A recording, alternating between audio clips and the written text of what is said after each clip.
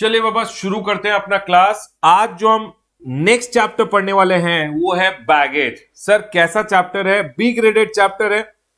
कभी क्वेश्चन पूछ लेते हैं, कभी क्वेश्चन नहीं पूछते हैं। चलिए शुरू करते हैं। बैगेज आ जाइए। सर पहला बात, बैगेज। बैगेज का मीनिंग क्या होता है? बैगेज का मतलब होता है बैगेज इंक्लूड्स, एक तो बैग जो अपने साथ लेके आते हो, plus it includes unaccompanied baggage but does not include motor vehicle. समझ लीजिए आप इंडिया के बाहर से आ रहे थे, आपके साथ थे 10 सूटकेस। तो आपने क्या किया, इंडिया के बाहर से जब आ रहे थे एक सूटकेस साथ में लेके आ गए। 5 सूटकेस जो एयरलाइन कंपनी थी उसने बोला सर आप जाइए, हम बाद में भेज देंगे। जो आपके साथ नहीं आ रहे हैं, माइट भी आपके आने के बाद आ रहे हैं, उन पे भी बैगेज प्रोविजन एप्लीकेबल होगा।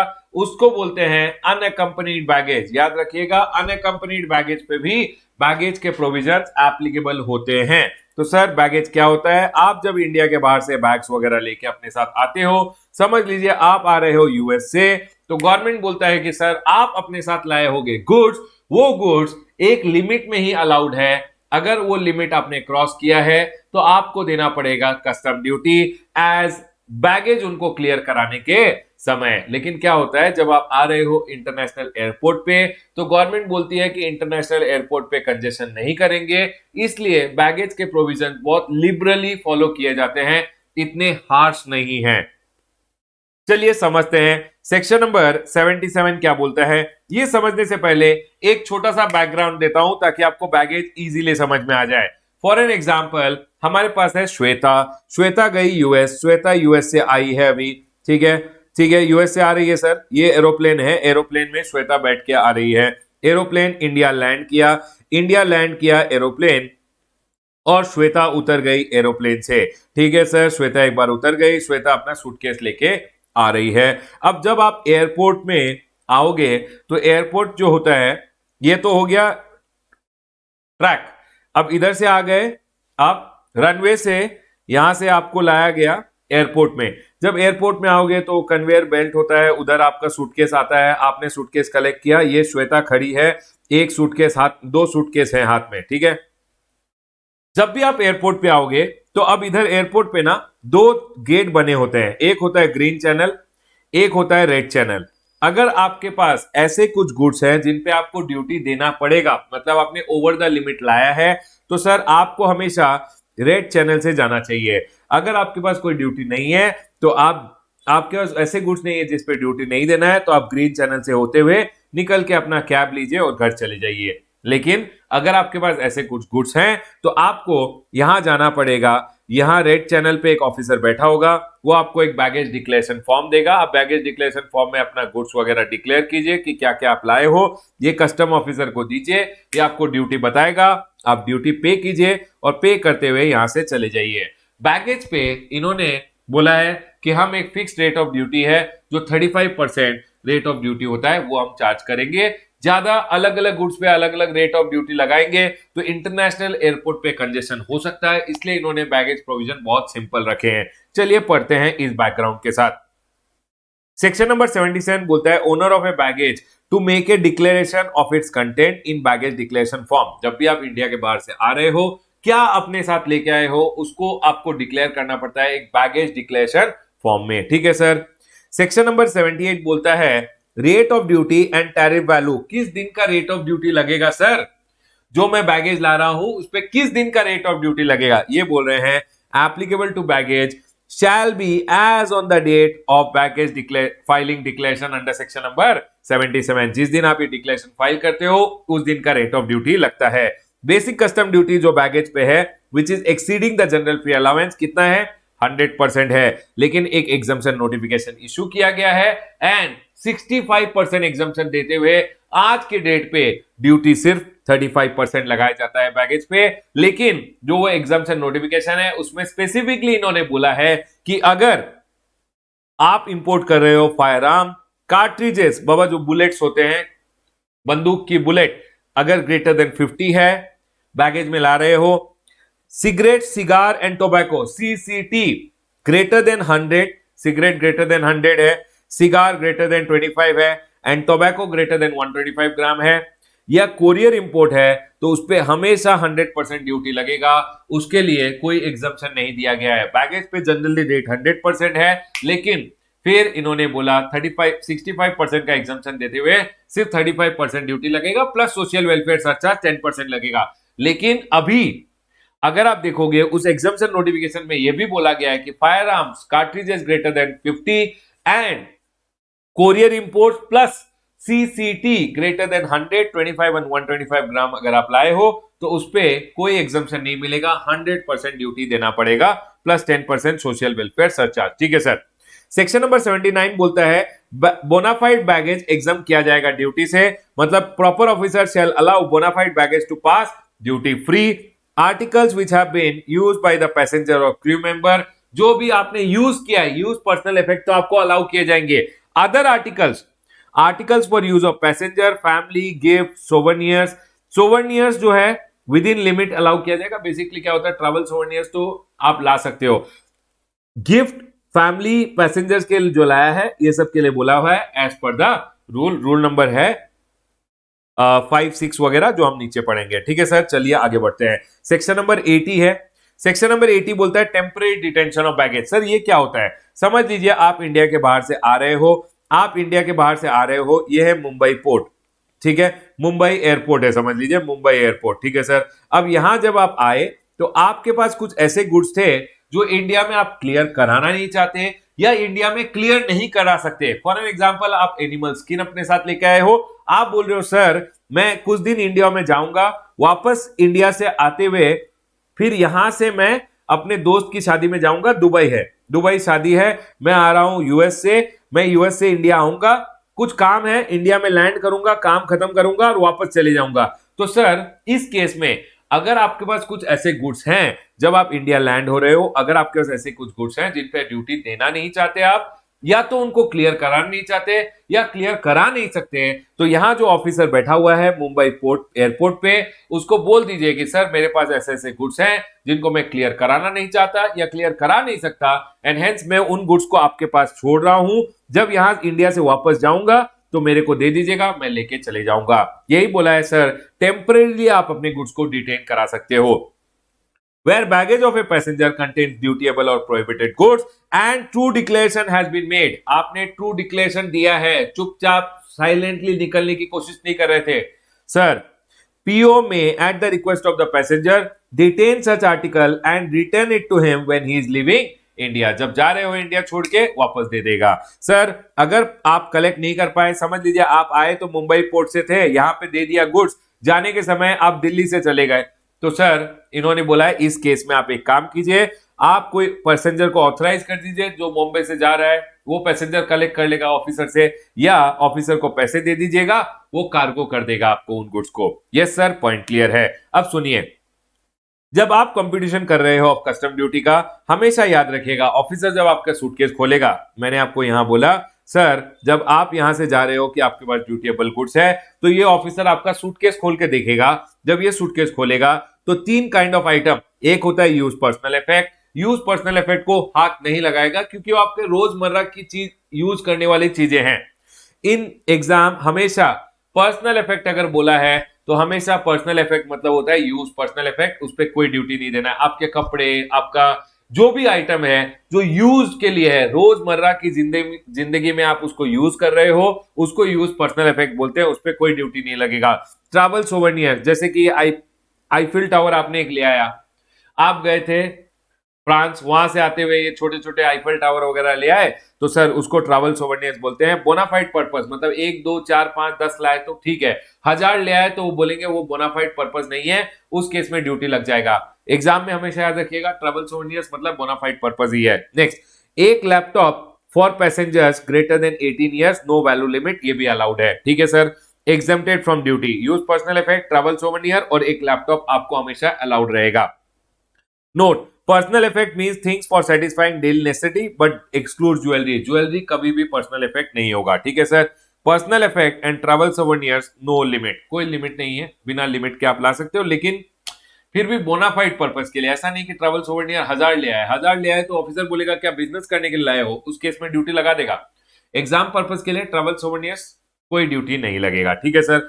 उसके बाद बोला है ऑफिसर क्या करेगा, एक बार सूटकेस खोलेगा, यूज पर्सनल इफेक्ट साइड में रखेगा, ट्रैवल सोवेनियर साइड में रखेगा, एक लैपटॉप को साइड में रखेगा, बाकी आइटम देखेगा।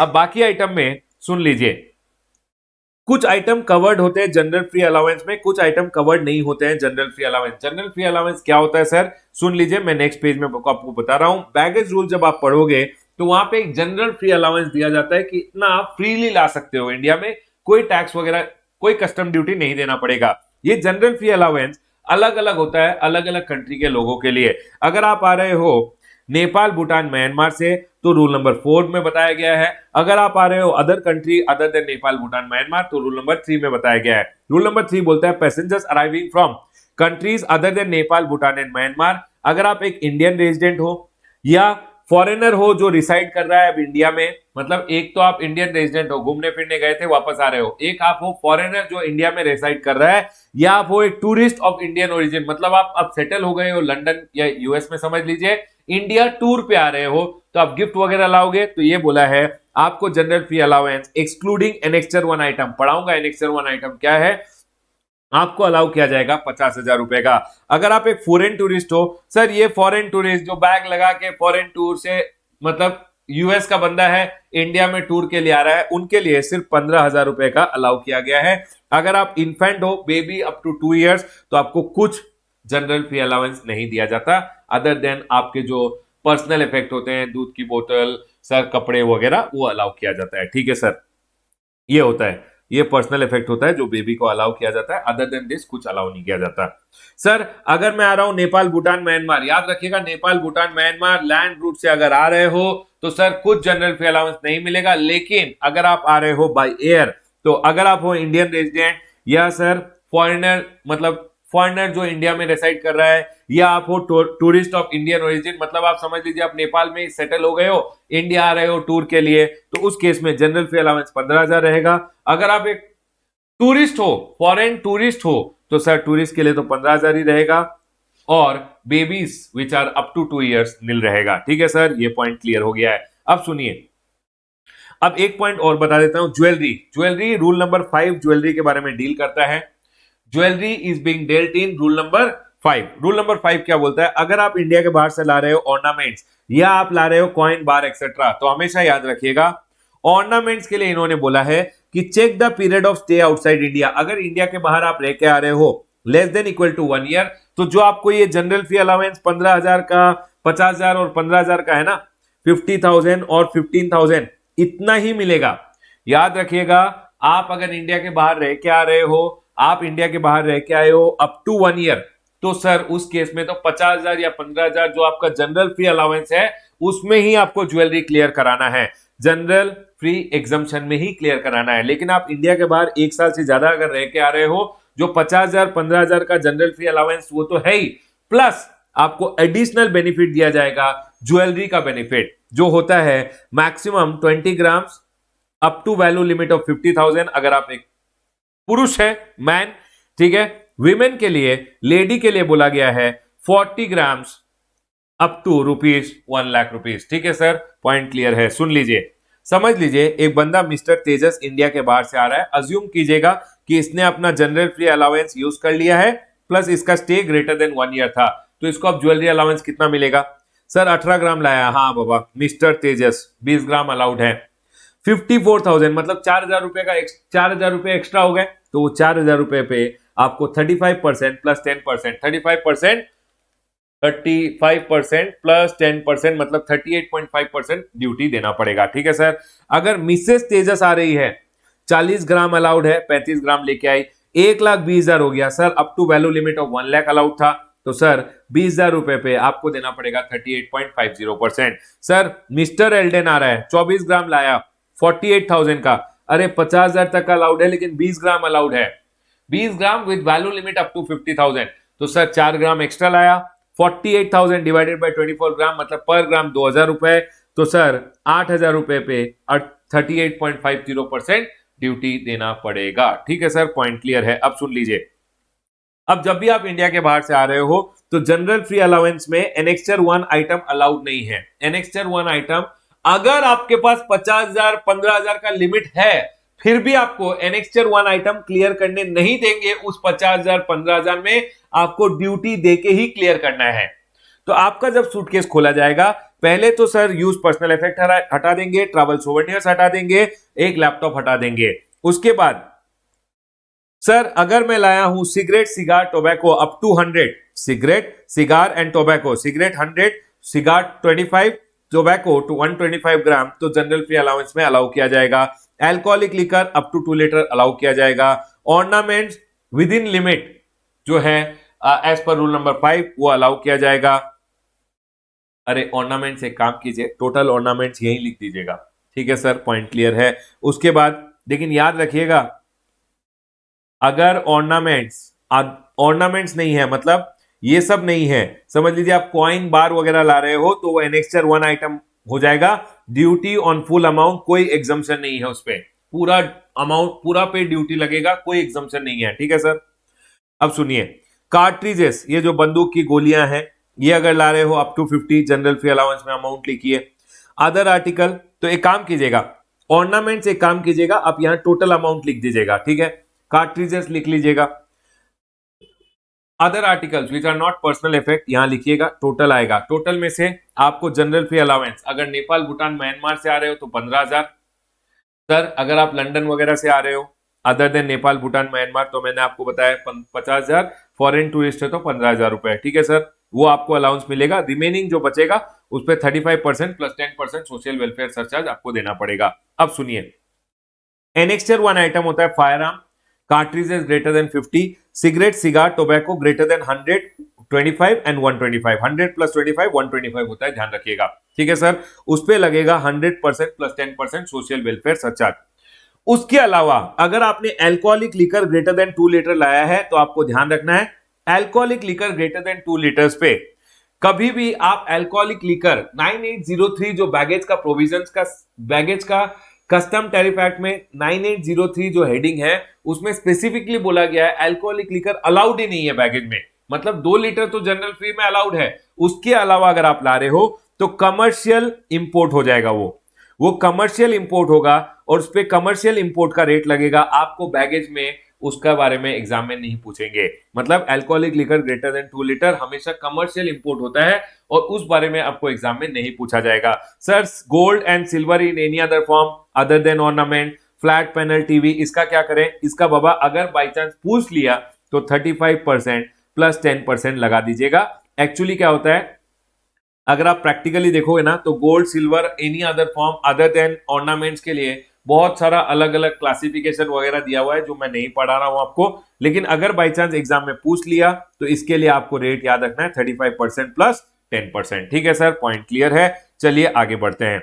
एक्चुअली प्रैक्टिकली देखने जाओगे तो गोल्ड, सिल्वर वगैरह जो any other form pure form में आता है ना, उसके लिए बहुत अलग अलग रेट्स वगैरह दिया हुआ है, आप बैगेज में ला ही नहीं सकते, ठीक है सर, पॉइंट क्लियर है। लेकिन फिर भी मैंने आपको बता दिया है 35% प्लस 10% इन दोनों के लिए आप याद रख सकते हो। मेरे को नहीं लगता एग्जाम पॉइंट ऑफ व्यू से ये इंपॉर्टेंट है, एग्जाम पॉइंट ऑफ व्यू से आपको ये और ये ध्यान में रखना है। आ जाइए, अब मैंने यहाँ पे कुछ इंपॉर्टेंट नोट्स लिखे हैं। Important notes, be very alert when the question relates to Nepal, Bhutan, Myanmar. क्यों सर, क्योंकि नेपाल, भूटान, म्यांमार से अगर आप रोड से आ रहे हो तो कोई बैगेज का प्रोविजन, कोई जनरल फ्री अलाउंस नहीं मिलेगा, अगर एयर रूट से आ रहे हो तो ही जनरल फ्री अलाउंस मिलेगा, ध्यान रखिएगा। Passenger arriving by land from Nepal, Bhutan, Myanmar only use personal effect allowed, no general free allowance. जो आपके कपड़े वगैरह यूज आइटम है वही अलाउड होंगे, जनरल फ्री अलाउंस नहीं दिया जाता, पूरे आइटम्स पे ड्यूटी लगता है, ठीक है, other than personal effect. Sir single article can not be cleared by 2 passenger, हमेशा याद रखिएगा। आपको समझ लीजिए 50,000 का जनरल फ्री अलाउंस है, आप यूएस से आ रहे हो, आपकी वाइफ को 50,000 रुपए का जनरल फ्री अलाउंस है, आपने एक 80,000 रुपए का कैमरा लाया है, वो बोल रहा है या तो हस्बैंड क्लियर कीजिए या वाइफ क्लियर कीजिए। आप ऐसे नहीं बोल सकते 50,000 प्लस 50,000 1 लाख रुपए में 80,000 का कैमरा क्लियर कर लेंगे, नो बाबा, नॉट अलाउड। नेक्स्ट, रेसिडेंट कौन होता है, जो एक वैलिड पासपोर्ट होल्ड करता है plus normally residing in India. Tourist कौन होता है, जो इंडिया आ रहा है घूमने फिरने के पर्पस के लिए आ रहा है और स्टे कितना है, up to 6 months in 12 months period, और वो इमिग्रेंट नहीं है, सिर्फ घूमने फिरने के लिए आ रहा है। इन्फेंट कौन होता है, जो बच्चा होता है अप टू 2 इयर्स और सर उसके लिए क्या अलाउड होता है? उसके लिए सिर्फ पर्सनल इफेक्ट अलाउड होता है, उसके टॉयज वगैरह, उसके जो कपड़े वगैरह होते हैं वही अलाउड होते हैं। नेक्स्ट, लैपटॉप हमेशा याद रखिएगा, एग्जाम में लैपटॉप का नाम लैपटॉप, कंप्यूटर, नोटबुक वगैरह भी बोल सकते हैं, ध्यान रखिएगा। Rule number 6 transfer of residence related है, ये एग्जाम के लिए ज्यादा इंपॉर्टेंट नहीं है, लेकिन फिर भी आप चाहो तो टेक्स्ट बुक या मेरा मटेरियल रेफर कर सकते हो। रूल नंबर 7 करेंसी के लिए बोलते हैं, करेंसी के लिए इन्होंने बोला है कि करेंसी आपको उतना ही लाना है अपने साथ जितना फेमा में अलाउड है, ठीक है sir. Rule number 8 provision relating to unaccompanied baggage. Unaccompanied baggage मतलब समझ लीजिए एक सेलिब्रिटी था, इंडिया के बाहर से आ रहा था, 10 सूटकेस लेके आ रहा था। एयरलाइन कंपनी ने बोला मैडम या सर आप जाइए, हम आप 2 सूटकेस लेके जाइए, 8 सूटकेस बाद में भेज देंगे। जो 8 सूटकेस बाद में भेजेंगे उनको बोलते हैं अनअकम्पनीड बैगेज, और अनअकम्पनीड बैगेज पे भी बैगेज के प्रोविजंस एप्लीकेबल होते हैं। Sir unaccompanied baggage rules apply to unaccompanied baggage also. Sir proviso unaccompanied baggage has been possession abroad of the passenger, मतलब जो पैसेंजर है उसका पोजीशन में वो गुड्स थे अब्रॉड में, ठीक है। Dispatched with in 1 month of his arrival, मतलब समझ लीजिए पैसेंजर यहां आ गया, सुनिए मैं यहां इंडिया में आ गया इस डेट पे, तो बोल रहा है unaccompanied baggage should be dispatched with in 1 month of his arrival. मेरा अराइवल यहां हो चुका है, मेरे आने के 1 महीने के अंदर वहां से डिस्पैच हो जाना चाहिए, और further period which is allowed by the AC और डीसी। अनअकम्पनीड बैगेज में land in India 2 months before to arrival, मतलब इंडिया में या तो अनअकम्पनीड बैगेज मेरे आने के 2 महीना पहले लैंड हुआ हो, या मेरे आने के 1 महीने बाद वहां से अगर डिस्पैच हो गया है तो उसको हम अनअकम्पनीड बैगेज बोलेंगे। यही बोला है यहां पे, unaccompanied baggage should be dispatched with in 1 month of his arrival. आप यहां इंडिया में अराइव हो गए, 1 महीने में, समझ लीजिए आप यूएस से आ रहे थे, आपका जो बैगेज यूएस से आना है वो 1 महीने में वहां से डिस्पैच हो जाना चाहिए।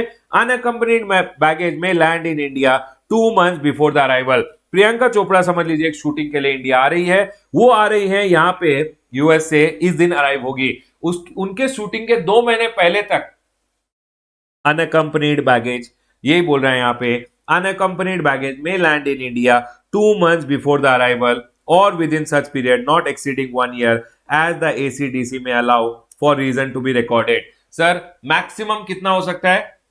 1 साल पहले तक लैंड हुआ है तो उसको भी हम अनअकम्पनीड बैगेज मान लेंगे, लेकिन 2 महीना इज द पीरियड, 1 साल तक एक्सटेंड किया जा सकता है बाय द एसी और डीसी, ठीक है सर, पॉइंट क्लियर है। समझ लीजिए बैगेज आ गया, बैगेज आ गया, प्रियंका चोपड़ा को 2 महीने में आना है तभी उसको हम अनअकम्पनीड बैगेज बोलेंगे।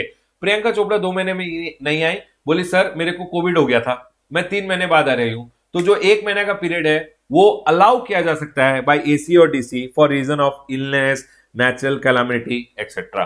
नेक्स्ट, रूल नंबर 9 क्या बोलता है? Application of baggage rules to crew members. Sir ये जो क्रू मेंबर्स होते हैं, जो पायलट होते हैं, जो क्रू मेंबर्स होते हैं, उनपे भी बैगेज प्रोविजंस एप्लीकेबल होते हैं। देखिए क्या बोल रहा है, ऑन ड्यूटी जो ये क्रू मेंबर्स होते हैं allowed to bring chocolate, cheese, cosmetic, gift item for self and family use only up to 1500। 1500 रुपए तक का गिफ्ट वगैरह ला सकते हैं, उससे ज्यादा नहीं।